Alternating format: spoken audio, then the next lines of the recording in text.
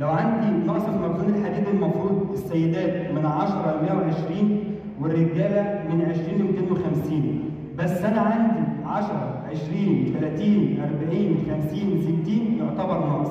من فوق ال 60 وانا طالع يعتبر سيرم الفريتين كويس، يعني اقل من 70 او 60 باخد برافوتين اكياس كيس مره واحده كل يوم على كوبايه زبادي او لبن عشان بيساعد على الامتصاص بتاعه كويس. ده بالنسبه لنقص سيرم الفريتين. طيب بالنسبه لفيتامين د من كام لكام؟ من 18 ل 30؟ ايه تاني؟ من 24 ل 60. اقل من 30 عندي نقص الفيتامين د. انا محتاج جرعه فيتامين د كل اسبوع 50,000 وحده، يعني في الشهر 200,000 وحده. في عندنا حقنه اسمها ديفارول، وده عباره عن 200,000 وحده من فيتامين د بناخدها كل شهر، يا اما عضل يا اما بنشربها على كوبايه لبن علشان الدهون بتساعد على امتصاص فيتامين د. او ناخد اقراص اسمها دافالنتي 5000 او 10,000. لو خدنا ال 10,000 بناخد لمده 5 ايام بس، يبقى كده 50,000 ونريح يومين. او نقط اسمها فيدروب فيها 48,000 وحده بنشربها كده او بنشربها مع كوبايه لبن كل اسبوع. ده بالنسبه لفيتامين د. وقلنا السي بي سي وقلنا سيرم الفريتين. التحليل الرابع غده درقيه. لو طلع في مشكله في الغده دي مش بتاعتي، اوجه لدكتور غده. نقص الزنك، نقص فيتامين بي 12.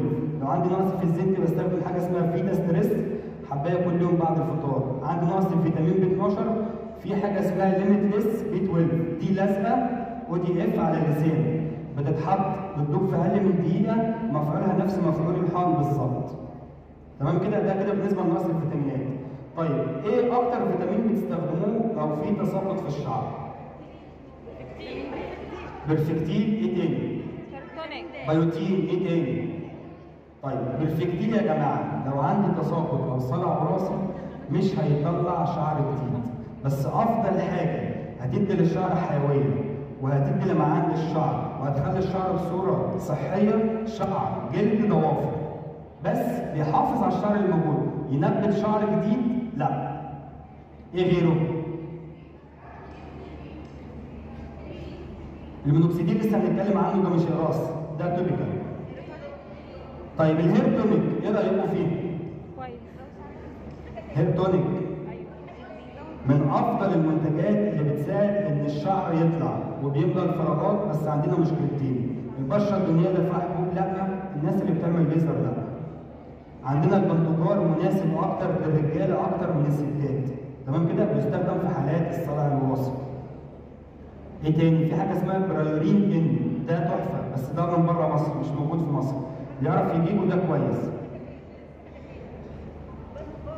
ماله؟ ماله؟ كويس جدا للصلع، لسه هتكلم عن الصلع. في منتج بقى كويس جدا نركز فيه عشان نفهم، اسمه ACM نوفو فين راس. بناخد كبسولتين مع بعض بعد الغداء. المنتج ده الميزه اللي فيه انه امن للحوامل، امن للمرضعات، امن لاي حد مفيش اي مشاكل. في فيتامينز، في مينرالز، في امينو اسيد، بيحسن من البيئه الداخليه للبصيله بتاع الشعر. في ارجينين بيدي صلابه ويزود البلاد سبلاي. في زنك، في مغنيسيوم، في فيتامين سي. الميزه والتوليفه دي كلها، وكمان بيستخدم للحوامل والمرضعات. كده انا استخدمت الاورال. عندنا نوعين علاج، اورال او سيستميك، توبيكال على الشعر نفسه. طب هنيجي نستخدم ايه على الشعر؟ اكتر حاجه مشهوره عندنا في علاج الصلع الوراثي هي ايه؟ مينوكسيديل. طيب المينوكسيديل ده كويس ولا مش كويس؟ مش كويس؟ بيوقع الشعر؟ بعد ما بنسيبه الشعر بيقع تاني. حلو، يعني انتوا اللي بتقولوا.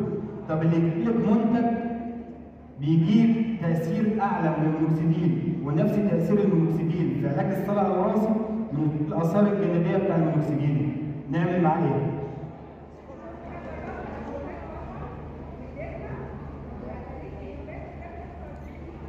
احنا معانا حالات اصلا جربت امبولات فانور من ايام معرض ايش بيتو لما كنا معاهم والنتيجه معانا.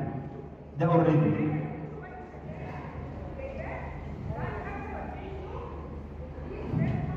طيب هو حاله ايه انا ما اعرفهاش، اول مره اشوفها على فكره.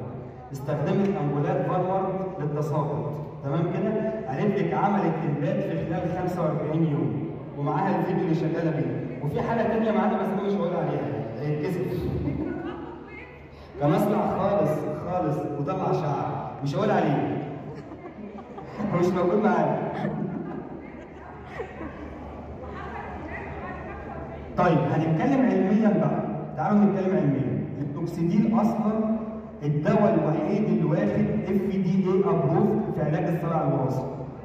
بيعمل ايه المينوكسيديل؟ بيزود البلاد سبلاي، بيعمل ستيموليشن للبلاد سيركل، بيزود امداد الدم. طب ما الكافيين بيعمل كده، ما الكورتيزون بيعمل كده. في حاجه لسه الابحاث ما وصلتش ليها، ايه الميكانيزم اوف اكشن بتاع المينوكسيديل بالظبط اللي يخليه يطلع شعر مع انه بيشتغل نفس الشغل بتاع الكافيين وبتاع الكورتيزون. دي حاجه. الحاجه الثانيه المينوكسيديل ما ينفعش ينزل على الوش وانا شغال، لو انا سيده هيطلع لي شعر في الوش. ما ينفعش لاصحاب الضغط الواطي، ما ينفعش للناس اللي عندها حساسيه من المينوكسيديل، ولازم اشتغل بيه يومي، روتين يومي.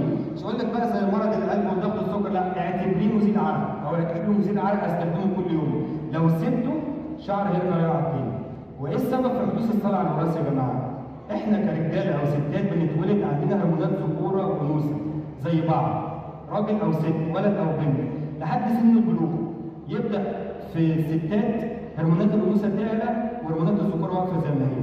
في الرجاله هرمون الذكوره يعلى اللي هو التستوستيرون، وهرمون الانوثه زي ما هو. لما يحصل لخبطه والتستوستيرون بيزيد الصلع الوراثي، لانه بيتحول لحاجه اسمها دي هايدرو